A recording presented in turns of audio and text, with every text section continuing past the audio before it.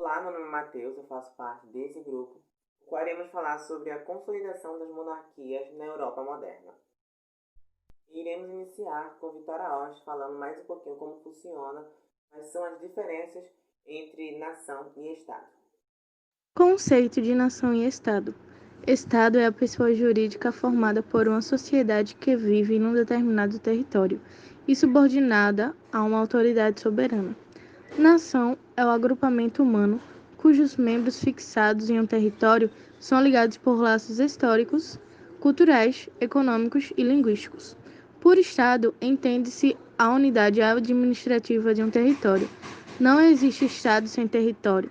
O Estado é formado pelo conjunto de instituições públicas que representam, organizam e atendem, ao menos em tese, os anseios da população que habita o seu território.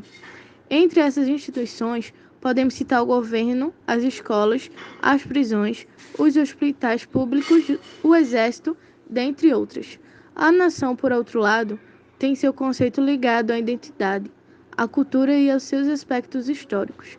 Por nação, entende-se um agrupamento ou organização de uma sociedade que partilha dos mesmos costumes, características, idioma, cultura, o que já possui uma determinada tradição histórica. O Estado moderno surgiu a partir da união dos diversos feudos existentes no continente europeu. A formação do Estado moderno é dividida, para fins de estudos, em 4 fases: o Estado moderno, o Estado liberal, crise no Estado liberal e o Estado democrático liberal. Nasceu no século XV, com desenvolvimento no capitalismo mercátil, registrado em Portugal, na França, Inglaterra e Espanha, nas 4 nações. O Estado moderno surge a partir da segunda metade do século XV e, posteriormente, observamos seu surgimento também na Itália. A partir dos séculos XIV e a primeira metade do século XV, passa a ocorrer a crise do sistema feudal em consequência das revoltas sociais dos camponeses e da Revolução do Comércio na Europa. A burguesia passa a exigir elementos de garantias para o desenvolvimento do comércio, como um governo estável, leis e taxas unificadas. Os burgueses também protestavam contra os elevados impostos sobre as mercadorias e a diversidade de moedas. O Estado moderno é fruto de um processo de cerca de 3 séculos para se estabelecer. A primeira fase dele é o absolutismo monárquico. Por meio da centralização do poder na monarquia, começa a ser desenvolvido o Exército Nacional, a estrutura jurídica única e a sistematização da cobrança de impostos. O primeiro reino a utilizar o modelo de Estado moderno foi Portugal. Ali, a centralização política ocorreu como consequência de campanhas militares da Guerra da Reconquista. O conflito travado contra os muçulmanos garantiu ainda a independência de Castela no século XII. A Revolução de Aves garantiu a consolidação do Estado moderno em Portugal no ano de 1385. Bom, em Dom João, com o apoio da burguesia, ele venceu Dona Leonor Teles, que também tinha o apoio da nobreza de Portugal, juntamente com o reinado de Castela. Anos depois, Dom João ele foi coroado rei de Portugal. E essa organização está entre os fatores decisivos e importantes na expansão marítima europeia. Os estados modernos expressivos foram estabelecidos em alguns territórios. Foram na Espanha, na Inglaterra, na França e em Portugal, como já foi falado. Formação de Portugal e da Espanha. Os muçulmanos, eles conquistaram a Península Ibérica no século VIII e só foram expulsos definitivamente no século XV. E nesse período houve alguns conflitos entre os cristãos e os muçulmanos, fazendo com que os muçulmanos perdessem seu território, reproduzindo na península um espírito chamado cruzadista, que moveu batalhas na Terra Santa. Portugal formou-se em 1096 no território resgatado pelos cristãos sob o comando do rei Afonso VI Leão Castela, que passou toda a administração para o nobre francês Henrique Boganha. Bom, e no início da Baixa Idade Média, o território da França estava tão fermentado que alguns nobres eram mais poderosos que o próprio rei. Porém, as disputas com a Inglaterra pelo controle da região de Flandres e pela sucessão do trono francês, que acabou resultando na Guerra dos 100 Anos, possibilitaram aos reis franceses criar mecanismos que fortaleceram seu poder, como as alianças com setores de nobreza enfraquecidas pela guerra e a criação de um exército profissional controlado pelo rei. A vitória francesa sobre os ingleses da Inglaterra na Guerra dos 100 Anos foi fundamental para o início da consolidação da monarquia e a unificação do território francês. Em 1661, o rei Luís XIV passou a exercer o poder absoluto na França, e nesse mesmo momento a França também tinha a monarquia mais fortalecida.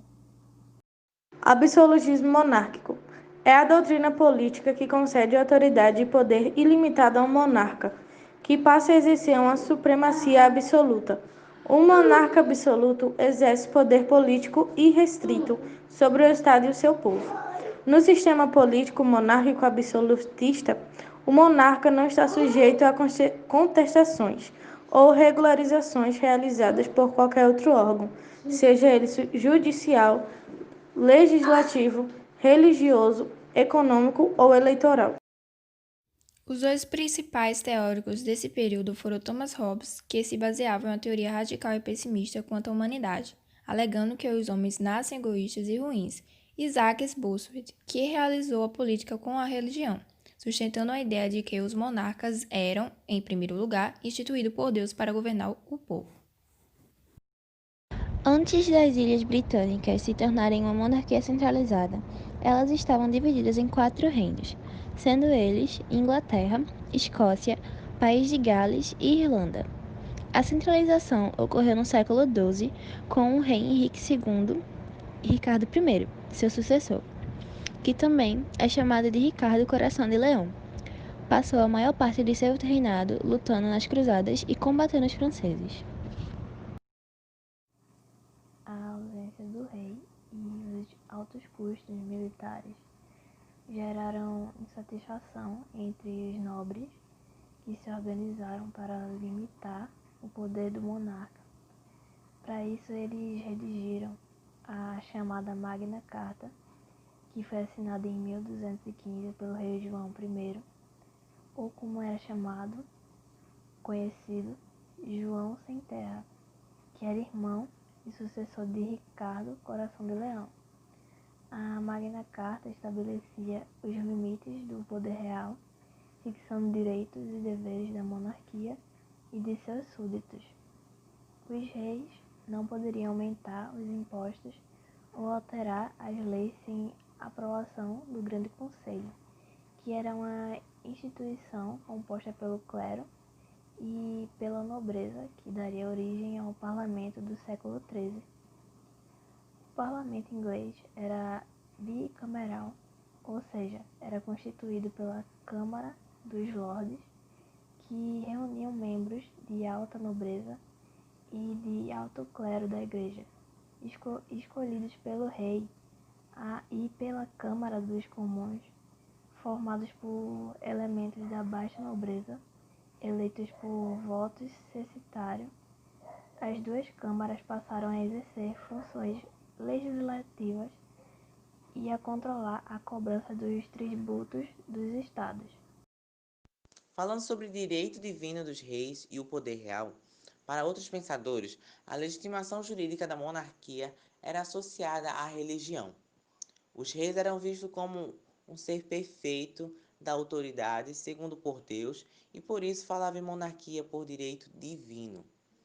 Um dos apoiadores dessa teoria foi o francês Jean Bodin, conhecido pelo nome carinhoso Procurador-Geral do Diabo, por conta de sua perseguição às manifestações consideradas heréticas. Ele negava fortemente a necessidade da existência do parlamento, sustentando que o órgão legislativo, adiante de Deus, não possuía soberania para resolver qualquer questões, principalmente se estivesse em desacordo com o rei.